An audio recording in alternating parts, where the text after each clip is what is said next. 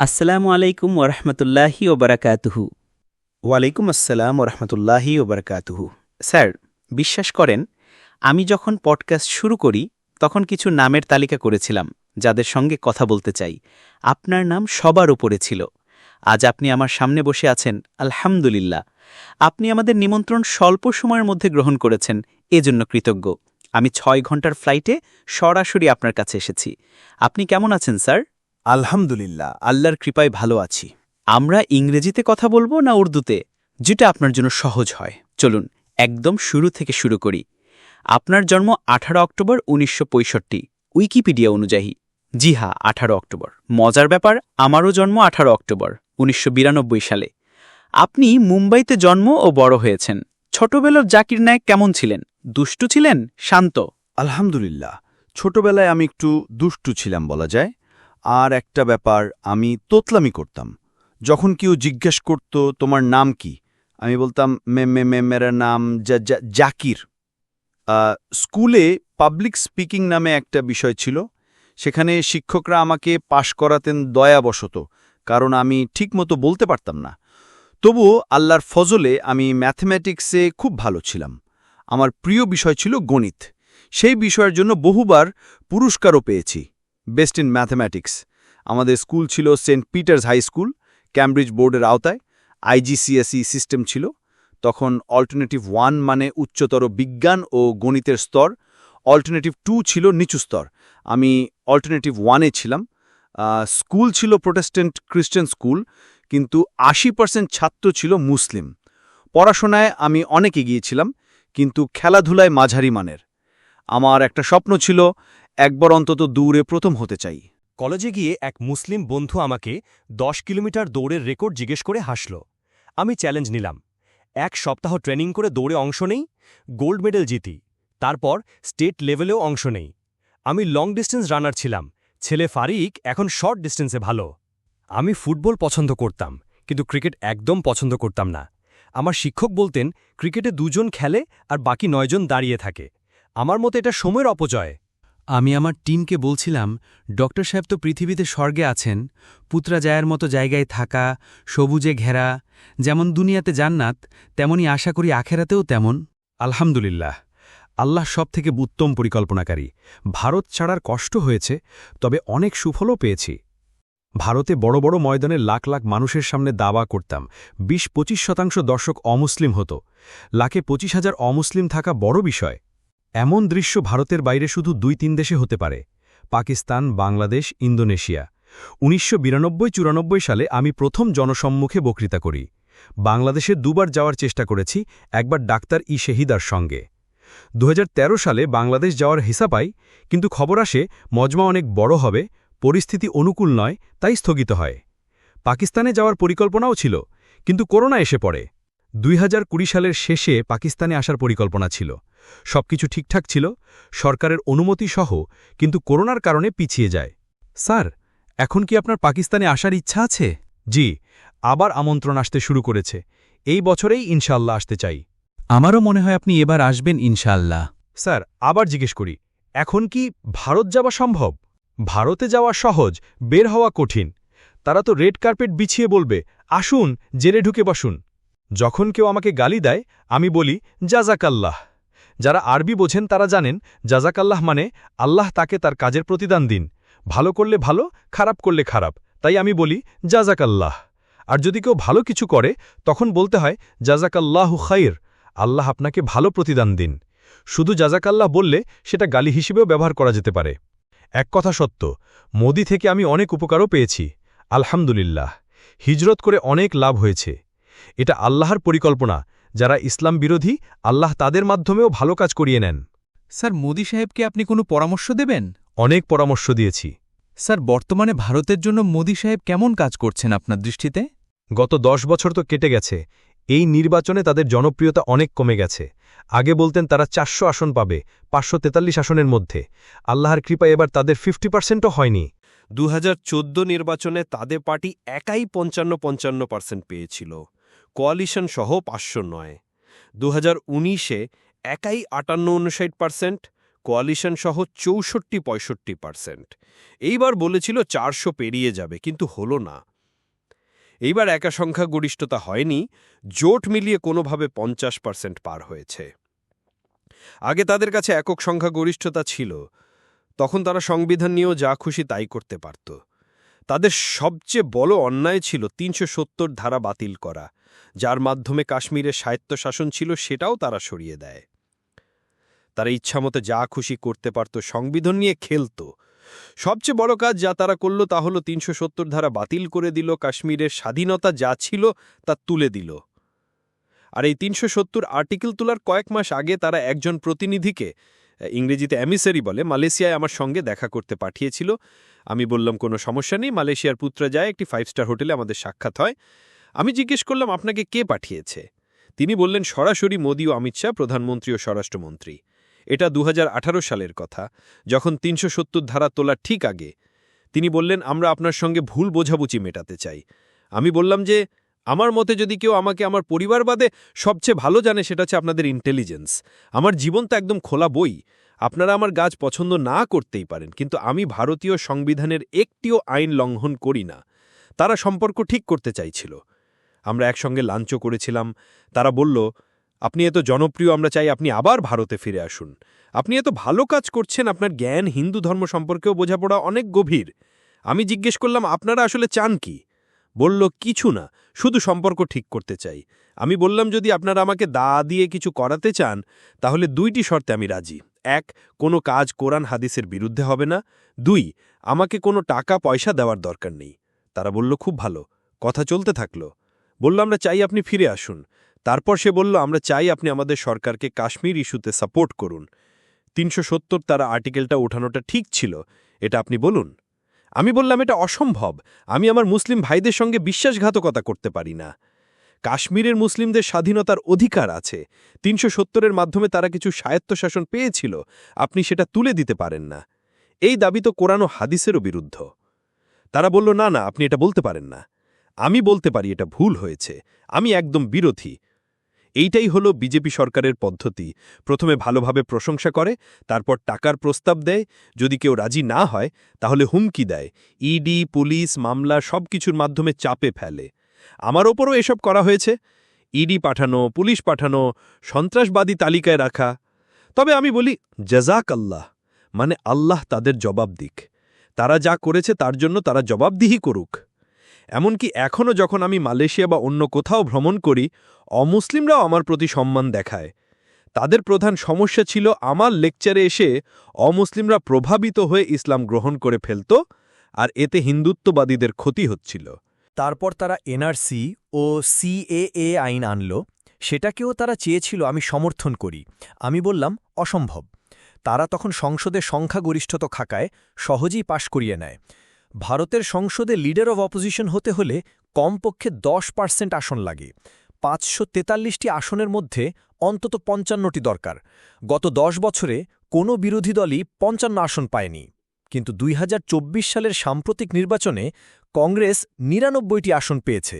বাকি ইন্ডিয়া জোটও শক্তিশালী অবস্থানে আছে। ফলে এখন বিরোধীদের অবস্থান অনেক মজবুত হয়েছে এবং মোদির প্রভাব ও আধিপত্য অনেক কমে গেছে। মুসলিমদের উপর যে 2টি বড় সাংবিধানিক হস্তক্ষেপ করেছে সরকার, তারপর এবার তৃতীয় এক ভয়ঙ্কর কাজ করতে যাচ্ছিল, ওয়াকফ অ্যামেন্ডমেন্ট বিল। আপনি কি জানেন, ভারতীয় সেনাবাহিনী ও রেলওয়ের পর সবচেয়ে বেশি জমির মালিককে? মুসলিম ওয়াকফ বোর্ড। এদের জমি 95 লাখ একর, অর্থাৎ প্রায় 3800 বর্গ কিলোমিটার।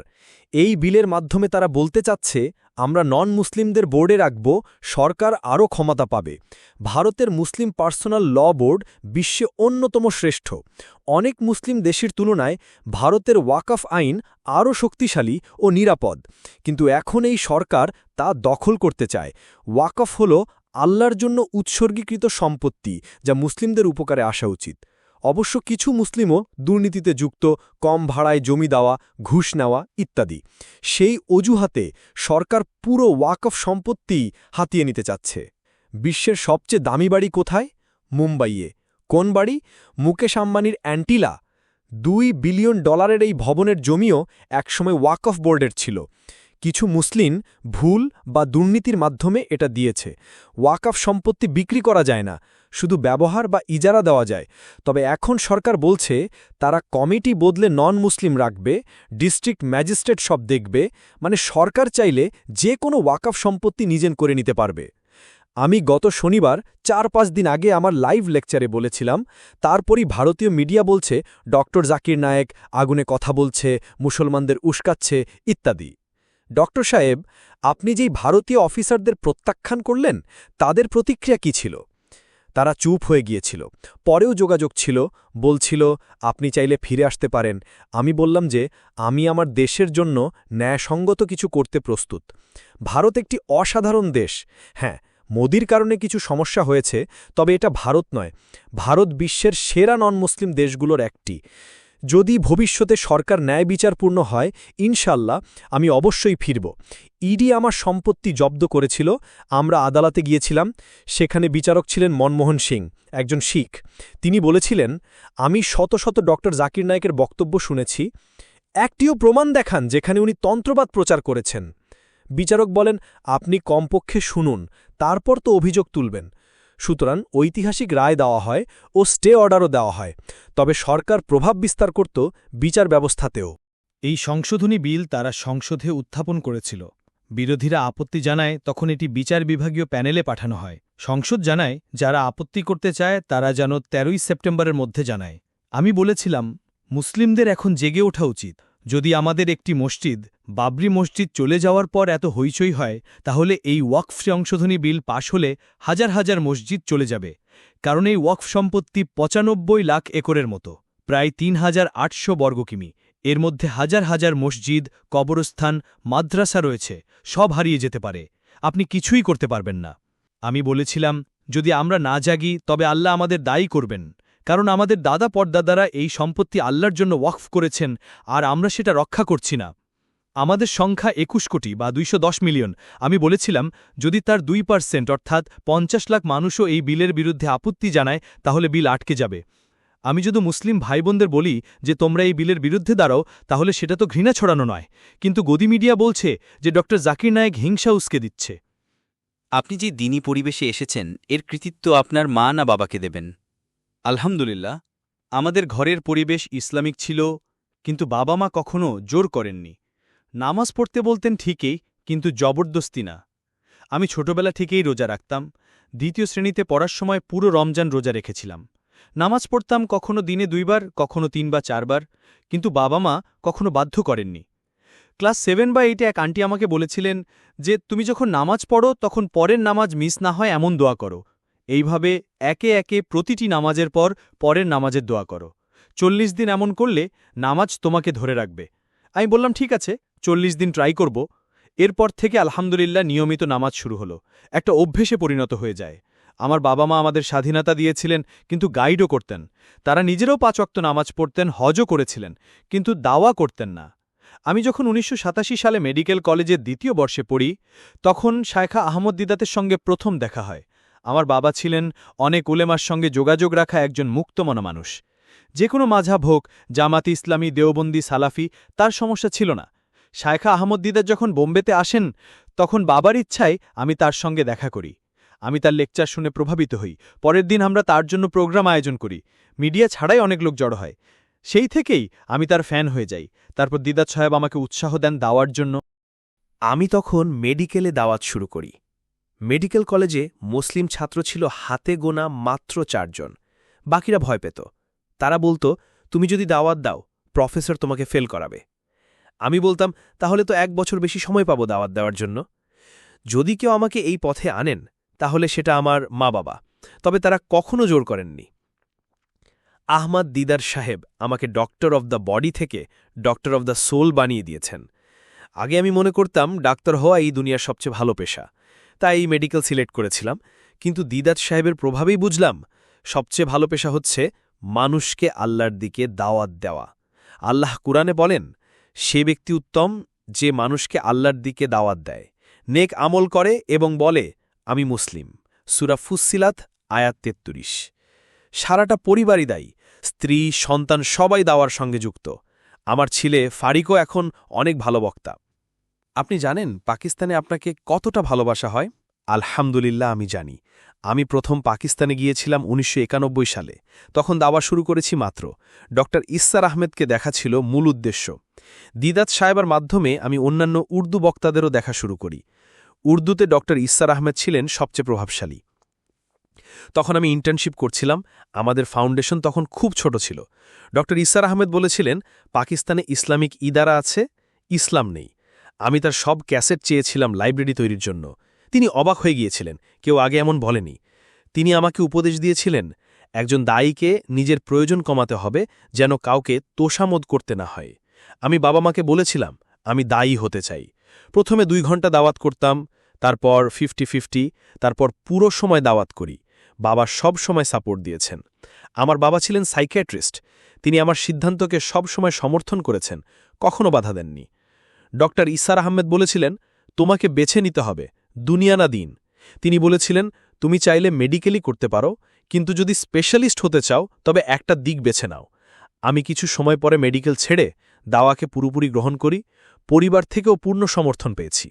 আপনি বলেছিলেন আপনি উইলিয়াম ক্যাম্বেলের সাথে বিতর্ক করেছেন। তাদের বইয়ের অনেক কথাই আপনি খণ্ডন করেছেন, কিন্তু সেই প্রস্তুতি কেমন ছিল? আমি অনেক বড় বড় স্কলারদের সাথে বিতর্ক করেছি, যেমন Shri Shri Ravishankar, William Campbell. William Campbell খুব ভালো বক্তা ছিলেন না, তবে তার গবেষণা ছিল গভীর। তিনি লিখেছিলেন the Quran and Bible in the light off science, যেখানে কোরআনে ৩৮টি বিজ্ঞানভিত্তিক ভুল দাবি করেছিলেন। এই বইয়ের কোনো জবাব 7 বছর পর্যন্ত কেউ দেননি। ২০০০ সালে আমি তার সাথে শিকাগোতে বিতর্ক করি। একবার আমি সৌদি আরবে ছিলাম। এক ডাক্তার বললেন, আমি দিদার সাহেবের ফ্যান, কিন্তু তার ভিডিও পুরোটা দেখতে পারি না। কিন্তু আপনার বিতর্ক দেখে আমি থেমে থাকতে পারিনি। তিনি ভেবেছিলেন আমি একজন দুর্বল বক্তা, কিন্তু পরে এত মুগ্ধ হলেন যে ব্যক্তিগতভাবে দেখা করতে চাইলেন। তিনি বললেন, যে কেউ যদি এই বই পড়ে এবং বিজ্ঞান জানে, তার সন্দেহ হতে পারে, তাই উত্তর থাকা জরুরি। আমি তখন ইন্টারনেট থেকে 13-14টি ফাইল ডাউনলোড করেছিলাম, যেগুলোতে 38টি তথাকথিত ভুলের কথা ছিল। আমার গবেষণা দলে একজন এমডি ডাক্তার ছিলেন। আমি বললাম, তুমি জবাব দাও। তারা মাত্র 2-3টি জবাব দিতে পারল। তখন বুঝলাম একজন এমডি ডাক্তারও পারছে না, তাহলে আমি কিভাবে পারব? তখনই আল্লাহর সাহায্য আসে। আমি বিশ্বাস করি আমার প্রতিটি সফলতায় আল্লাহর সাহায্য সবচেয়ে গুরুত্বপূর্ণ। তবে প্রস্তুতি, মেহনত অবশ্যই জরুরি। সফলতার 3টি মূলনীতি আমি মানি। 1, আল্লাহর উপর ভরসা, সূরা আলে ইমরান আয়াত 160। 2, চেষ্টা করা, সূরা আনকাবুত আয়াত 69। 3, জ্ঞানীদের জিজ্ঞেস করা, সূরা নাহল 43, আম্বিয়া 7। যখন আমি প্রশ্নগুলো পড়া শুরু করি, তখন কয়েকদিনের মধ্যেই উত্তর পেয়ে যাই। কিন্তু সমস্যা ছিল, উইলিয়াম ক্যাম্বেলের বইয়ের বাইরেও আমি 14টি আলাদা ফাইল ডাউনলোড করেছিলাম, যেগুলো ইসলামকে আক্রমণ করে তৈরি করা হয়েছিল। এই ফাইলগুলো থেকে যে কোনো জায়গা থেকে প্রশ্ন তোলা যেত, যেগুলোর উত্তর খুঁজতে সময় লেগেছিল। আজকের দিনে যখন ইন্টারনেট আছে, তখন ইসলামকে আক্রমণ করা অনেক সহজ হয়ে গেছে। অনেক ইসলাম বিরোধী ওয়েবসাইটে শত শত প্রশ্ন ও কন্ট্রাডিকশন খুঁজে পাওয়া যায়। এজন্য শুধু জ্ঞান থাকলেই হবে না, ডিবেট করার স্কিলও থাকা জরুরি। ডিবেট আর সাধারণ বক্তৃতা এক জিনিস না। যতদূর উইলিয়াম ক্যাম্বেলের বইয়ের প্রশ্ন, সেটা আমি কয়েকদিনেই মীমাংসা করে ফেলেছিলাম, কিন্তু যেগুলো আমি ইন্টারনেট থেকে ডাউনলোড করেছিলাম, সেগুলোর উত্তর খুঁজতে সময় লেগেছিল। তিনি ভাবতেন তার বই চূড়ান্ত। কেউ 7-8 বছর ধরে কোনো জবাব না দেওয়াতে তিনি আত্মবিশ্বাসী ছিলেন, কিন্তু যখন আমি মঞ্চে দাঁড়িয়ে যুক্তি দিলাম, দর্শকের প্রতিক্রিয়াই ছিল আমার জয়ের প্রমাণ। দর্শকরা হাততালি দিয়ে, মুখভঙ্গি দিয়ে বুঝিয়ে দিয়েছে কে জয়ী হয়েছে। উইলিয়াম ক্যাম্বেল নিজেই পরে বলেছিলেন, ডক্টর জাকিরের লেকচার শোনার পর আমাকে আবার বাইবেল পড়তে হবে। তার মুখ লাল হয়ে গিয়েছিল। এটা ছিল এক প্রকার নকআউট পাঞ্চ। অনেকে বলেছিল, ডক্টর সাহেব তো তাকে একটু ছাড় দিতে পারতেন। আমি বলি, যদি কেউ ইসলামকে আক্রমণ করে, তাহলে ছাড় দেওয়ার কোনো সুযোগ নেই। তিনি একজন পিএইচডি স্কলার ছিলেন, আরবিতেও পাণ্ডিত্য ছিল। তবুও যখন সত্যের মুখোমুখি হলেন, তখন তার মুখ লাল হয়ে গিয়েছিল। এমনকি আমি যে ননভেজ ডিবেটে অংশ নিয়েছিলাম সেটাতেও আমার প্রতিপক্ষ মাঝপথে উঠে চলে গিয়েছিলেন, বলেছিলেন আমার অ্যাপয়েন্টমেন্ট আছে। আপনার সাথে শাহরুখ খানের দেখা হয়েছিল একবার, তাই না? সেটা কেমন অভিজ্ঞতা ছিল? হ্যাঁ, সেটা ছিল একটা টক শো। যদিও ওটা বিতর্ক ছিল না, কিন্তু বিতর্কের মতোই হয়ে গিয়েছিল। সেখানে মুসলিম লিবারেলরা ছিলেন, আমি ছিলাম একা ইসলামের পক্ষ থেকে। তারা আমাকে সময়ও ঠিকমতো দেয়নি, অনেক উত্তর কেটে দিয়েছে। তবুও আলহামদুলিল্লাহ আমার বক্তব্য মানুষকে স্পর্শ করেছিল। অনেকেই বলেছিল যে ডক্টর জাকির খুব ইফেক্টিভ ছিলেন। পরে শাহরুখ খান নিজেই আমার সঙ্গে দেখা করতে এসেছিলেন। আমরা প্রায় ৩০ মিনিট কথা বলি। তিনি আমাকে জিজ্ঞেস করেন যে একজন মুসলমান যদি দাড়ি না রাখে সেটা কতটা গুরুত্বপূর্ণ। আমি বলি, আপনি কত স্কোর পেতে চান জান্নাতে? দাড়ি না রাখলে আপনি জাহান্নামে যাবেন না, কিন্তু ৯৫ বা ৯৮ স্কোর পেতে হলে ছোট ছোট আমলও দরকার। ৪টি মাযহাবই দাড়িকে ফরজ বলে, তবে এটা না মানলে চিরস্থায়ী জাহান্নামে যাবেন এমন নয়। তবে শাহরুখ খানের মতো কেউ যদি দাড়ি রাখেন, অনেকে তাকে অনুসরণ করবে, এটা বড় প্রভাব তৈরি করে। খাবিব নুরমাগোমেদোভের সাথেও তো আপনার দেখা হয়েছিল। জি হ্যাঁ, ২০২২ সালে কাতারে ফুটবল বিশ্বকাপের আগে তার সঙ্গে দেখা হয়। আমি খুশি হই সে শুধু একজন ফাইটার নয়, তার ঈমানও দৃঢ়। আমাদের মধ্যে বন্ধুত্ব তৈরি হয়েছে। স্যার, আপনার জন্য আমি পাকিস্তান থেকে একটা উপহার এনেছি, নন অ্যালকোহলিক আতর মুস্ক আল মাহাল থেকে। এই ব্ল্যাক অ্যান্ড সিলভার প্ল্যাটিনাম আতরটি গ্রহণ করুন। জাজাকাল্লাহ ভাইরান। আমি আতর ব্যবহার করি আলহামদুলিল্লাহ। এই পডকাস্টটি আমি শেষ করছি না, পজ করছি। ইনশাল্লাহ আবার শুরু করব। সবাইকে বলবো নিজের এবং অন্যের যত্ন নিন। আল্লাহ হাফেজ।